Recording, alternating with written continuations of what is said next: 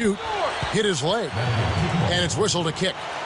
Let me ask you guys, they're going back to the Celtics, eliminated by the Heat in 5 games in the playoffs. Clark, are they still a factor in the East? Steve? Oh, yeah, they're still a factor. I mean, Miami is so good right now, but remember, Boston had an excellent regular season. They've got plenty of talent. They've got some good young players with Rondo and Jeff Green. And Boston will still be a major player in the Eastern Conference this year. Kevin Garnett with the steal. You can't get too loose with the ball down on the low post. Too easy to steal it. I'll go to Doris Burke, who spoke with Tom Thibodeau. Doris? Yes, Kevin. He said, we're a very clever team without the ball, and I'm betting we force our share of turnovers in the open floor and take them right out of their game plan. Obviously, no shortage of confidence about their defensive capabilities, guys. Thank you very much, Doris. So it's mainly Clark and Steve about defense for them early on. Well, you know what I mean. It's pretty simple. The fewer points you allow, the fewer you have to score for yourself. I mean, that's elementary. Yeah, and particularly in this game, I think it makes sense. I mean, establish the defensive end of the floor. Try to convert some buckets in transition off your defense and try to take control of the game that way. I thought Kevin Garnett really bounced back last season and looked better physically. Remember, the knee issues have been a problem over the years, but looked great last year and is always the key to that Celtics defense. Here's Boozer. No good. So Boston will take it the other way. Now Rondo. Boozer picks him up. Rondo dishes to Allen. Here's O'Neal. Rebound by the Bulls. And for Kevin Garnett, among active players, the second most career minutes played after Jason Kidd. So Clark, he's got some miles on that odometer. Yeah, he does. But last season, he upped his numbers across the board, Kevin. I mean, he may not play till he's 40, but with his size and fire for the game, I think he's still got plenty in the fuel tank. Boozer. And he lays it up and in. That's right where they wanted to go with the ball on that possession. Rondo kicks to Allen. Three-pointer. Basket is good. The assist from Rondo. Allen's got 5 now. Here's Rose. Guys, we've seen some excellent offensive output. Yes, sir, fellas. They've had it going on big time. Big time is right, Clark. A lot of momentum here offensively. Now here's Noah. And Boozer backs in. Shoots it. Can't hit the turnaround jumper. Celtics leading by 5. Now here's Rondo.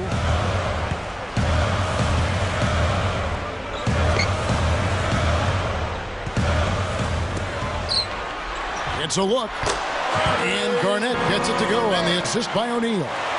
I think we could see them put up some big numbers if they keep shooting like this. I mean, 4 or 5 early, and they look focused and locked in. Now here's Boozer. Now Garnett defender.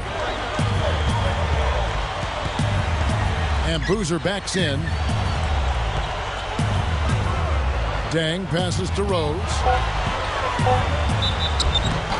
Foul call that time on the way up. That'll give him 2 chances at the free throw line here. Well, and you knew it was coming for Derrick Rose, already a great player, but he took a huge step forward last season. Probably became the best point guard in the NBA.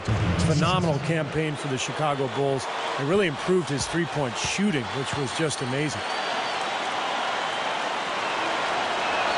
The first one falls. We're talking about Rose, and Steve just talked about some of the things that he thinks about him and his rise to stardom. And Clark, he's had all the tools since day one. But he really obviously put it all together last season in what was an MVP, very special season. Do you think right now he is the best point guard in the league? I don't know if I'd say he's the best. He's certainly in that category, no doubt. He's a different type of point guard, though. When you look at his athleticism, his size, his speed, love his demeanor, and he's so young, you can continue to see him grow and develop. Certainly, you've got to talk about Chris Paul, Darren Williams, and I think it's a matter of what flavor you like in your point guard. Sure. He's more of a scoring presence at the point, and I'm fine with that. He's not the kind of setup guy that Paul or Nash or Williams is, but that's okay. Variety is fine. Really good work defensively. This coach has to be happy with his team. Yeah, forcing that miss right there. Great effort. Goes up low, and he sails in for the layup. You know, he always gets the ball in the right spot down there, Kevin, because he excels at doing his work early and establishing that position inside. The pass to Kristich. Working on Noah. Goes up the baseline. Kristich no good. Cannot count on him to miss a good look like that very often. Boozer dishes to Rose. Now Pierce defending. Fader on the way. It's Boozer missing.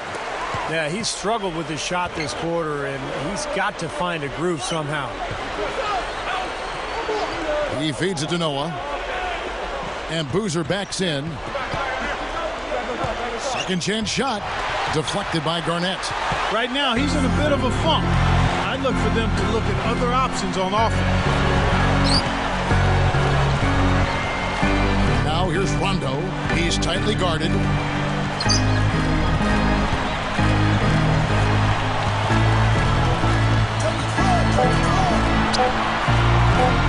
Lets it go from deep. Derrick Rose grabs the miss. Bulls trail by 3. Thibodeau really connected with the players on the Bulls roster early on. I mean, Derrick Rose attributed the huge jump in his game and what he made defensively to the coaching of Tom Thibodeau. Now here's Rose.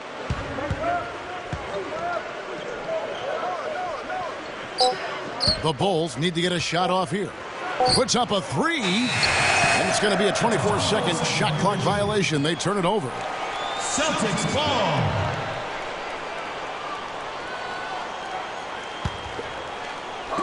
Here's Rondo. Looking for his first bucket of the game. Garnett with a screen on Rose. They need this one.